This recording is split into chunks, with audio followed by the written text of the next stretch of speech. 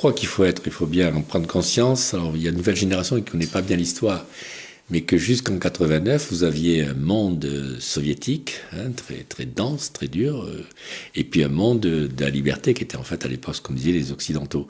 Et c'est vrai qu'en 89, ce monde-là explose, et il faut savoir qu'il y avait d'un côté ce qu'on appelle l'OTAN, c'était en fait les pays européens qui étaient dans une structure contrôlée par les Américains, et d'autre côté, il y avait ce qu'on appelle le pacte de Varsovie. C'était donc deux blocs qui ont toujours été près de la guerre l'un de l'autre.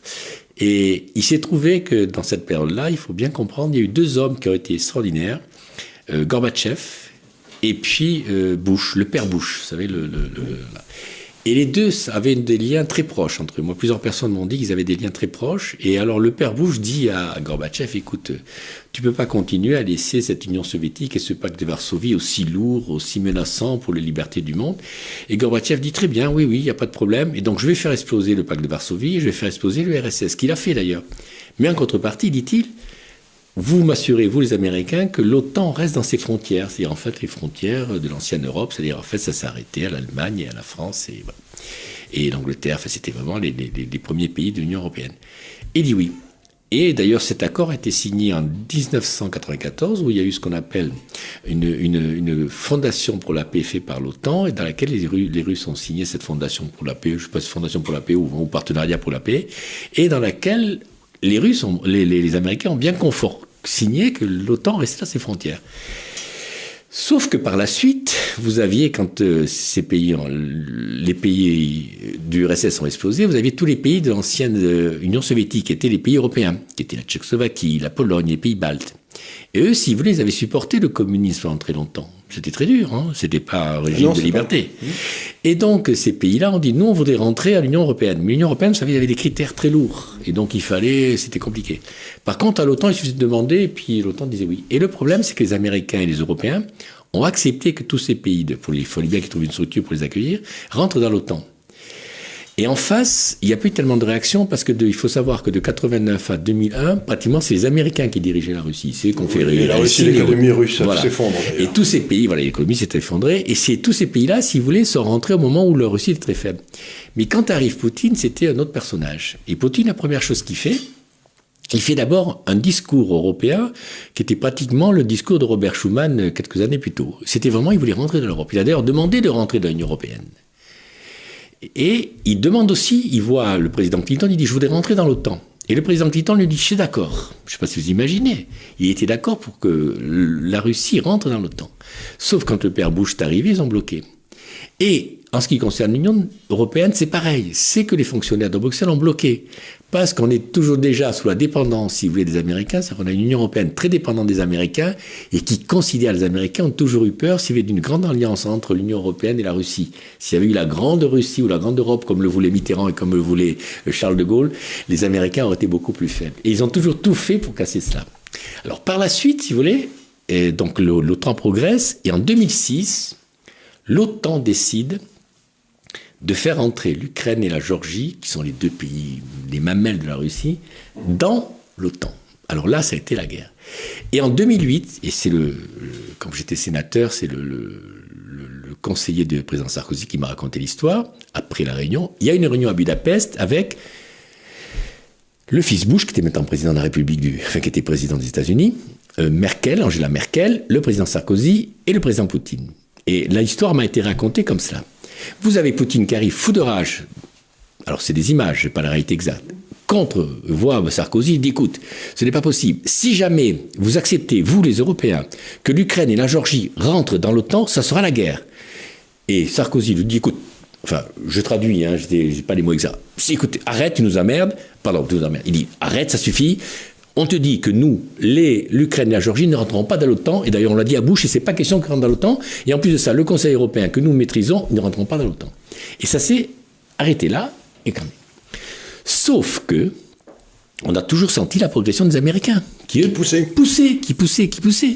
Et donc il y a eu l'affaire de l'Ukraine. Et l'affaire de l'Ukraine, si vous voulez, ça a été quelque chose... c'était surpris, mais il faut bien savoir que si la Russie a récupéré l'Ukraine, il faut aussi connaître l'histoire dramatique de l'Ukraine.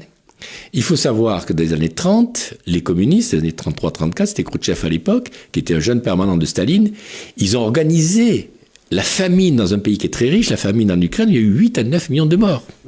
Et que quand les aliments sont arrivés en 40, tous ces Ukrainiens, notamment la grande partie des Ukrainiens de l'Ouest, ils ont joué avec les Allemands. Et quand vous savez que la partie Est, où il y avait notamment la Crimée, c'était plutôt des pro-russes, il faut savoir qu'en Crimée, une personne sur deux a été tuée entre 40 et 45 par les nazis, mais pas par les nazis allemands, par les nazis ukrainiens. Donc quand Poutine a récupéré l'Ukraine, la Crimée, ça s'est fait presque naturellement. Les gens n'étaient pas mécontents.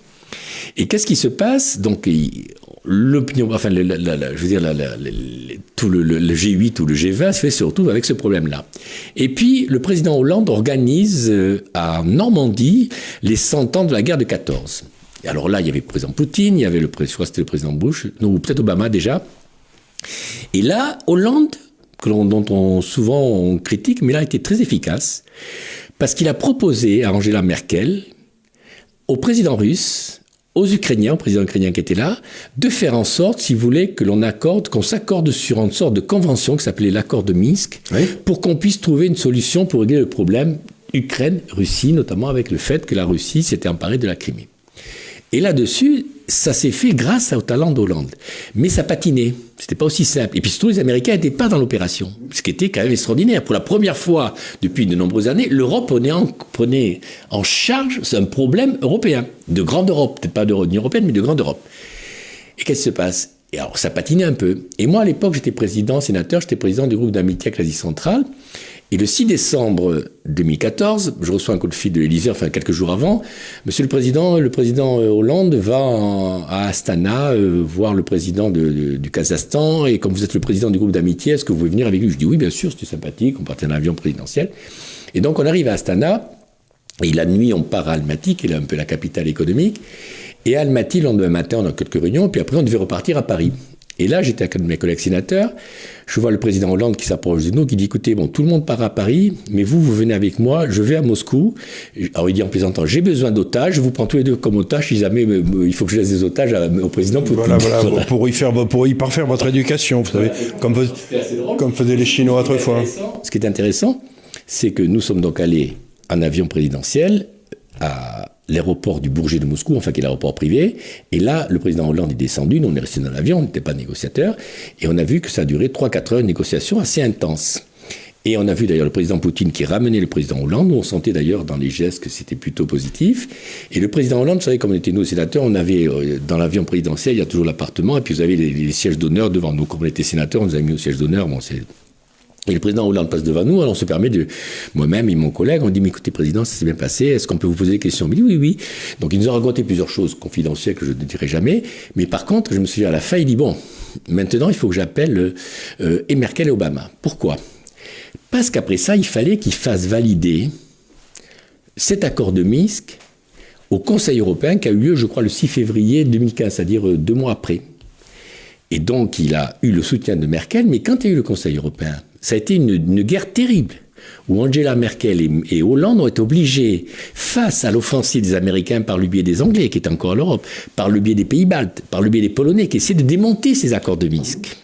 Et Hollande et Merkel ont réussi à imposer ces accords en vendant, notamment en disant, bon, mais très bien, le Mistral que l'on construisait en France, ce fameux bateau franco-russe, eh bien, on le laisse, pour donner un gage que nous, on est pour la logique de la paix, donc on ne fera pas de Mistral. Mais là où je dis qu'il y a une très grosse responsabilité de la part du président Macron, et je le dis parce que c'est là où c'est, et d'Angela Merkel dans la dernière période, c'est que ces accords de Minsk, ils ont été toujours bloqués par les Américains et par le président Poroshenko et par le président Zelensky, qui avait dit oui, mais qui ont tout fait pour ne pas que ça s'applique. Alors expliquez-moi pourquoi Zelensky... Mais parce qu'ils étaient dans les mains. Ils étaient dans les mains des Américains. Il y a deux parties en Ukraine, il y a la partie plutôt pro-russe et la partie plutôt pro... Voilà. Et Zelensky a été élu d'ailleurs par la partie pro-russe. Oui, c'est ça. Et malgré tout, il a été repris en main par les Américains très vite, et les Américains bloquent. Parce qu'il faut savoir que les Américains ont fait en Ukraine ce qu'ils avaient fait à l'époque en Russie, entre 89 et 2001. Ils foutent en l'air le pays. Partout. Ils foutent en l'air le pays pour mieux le piller, quoi. Et moi, je reproche, je dis ça, le président Macron a des qualités, mais je dis que là-dessus, on a une forte responsabilité. La Commission européenne et la France et l'Allemagne. Parce qu'on a donné à l'Ukraine 17 milliards d'euros. Vous savez vous-même, vous le savez, puisque vous dites 12 milliards sont partis, on ne sait pas où. Voilà. Enfin, c'est la Cour des comptes européenne. Il suffisait de dire de la part des Allemands et des Français, il n'est pas question qu'on donne ces milliards à Zelensky, à Poroshenko, à Zelensky, s'il n'y a pas d'accord de Minsk. On ne l'a pas fait. C'est-à-dire qu'on a en fait, on s'est laissé dominer par les Américains qui étaient contre. Deuxième raison aussi, la responsabilité, c'est qu'en ce qui concerne l'OTAN, je vous rappelle l'histoire du président Sarkozy qui avait dit il n'est pas question que l'Ukraine et la Géorgie rentrent dans l'OTAN. Eh bien, en la période Macron, il a laissé la petite musique au sein du Conseil européen de se dérouler la suivante. Cette petite musique, c'était quoi? Ah, l'Ukraine est un pays indépendant, donc elle peut très bien rentrer dans l'OTAN. Et ça, si vous voulez, ça n'a fait que tendre les relations avec la Russie, sans compter que chaque fois que le président Poutine voyait un responsable européen ou américain, il disait l'Ukraine et la Géorgie ne doivent pas rentrer dans l'OTAN. C'était une demande qu'il avait faite par rapport aux promesses d'origine où on disait que l'OTAN restait. Et ce qui explique, alors, on ne va pas non plus justifier cette agression. Hein. Il y a quand même on ne cherche pas à justifier l'agression, on dit que ça remonte assez loin. Il faut bien connaître l'histoire avant. Moi, je l'ai vécu en partie. Hein, vous avez fait partie de cette histoire pour un moment. Enfin, pas comme acteur, mais du moins comme observateur au plus haut niveau. Et j'ai bien compris, et j'ai même fait, j'ai redécouvert récemment, je vous disais que j'ai redécouvert un de mes rapports de 2016 sénatorial dans lequel je parlais de la guerre Ukraine-Russie. Alors, il faut que je retrouve savoir ce que je disais dedans, j'espère que je n'ai pas dit trop de bêtises, mais c'est vrai qu'on sentait très bien venir cela, parce que vous aviez derrière les Américains qui vraiment étaient là, un petit peu, vous savez, un petit peu comme de la corrida, eh bien, ils mettaient des banderilles, et puis ça a explosé.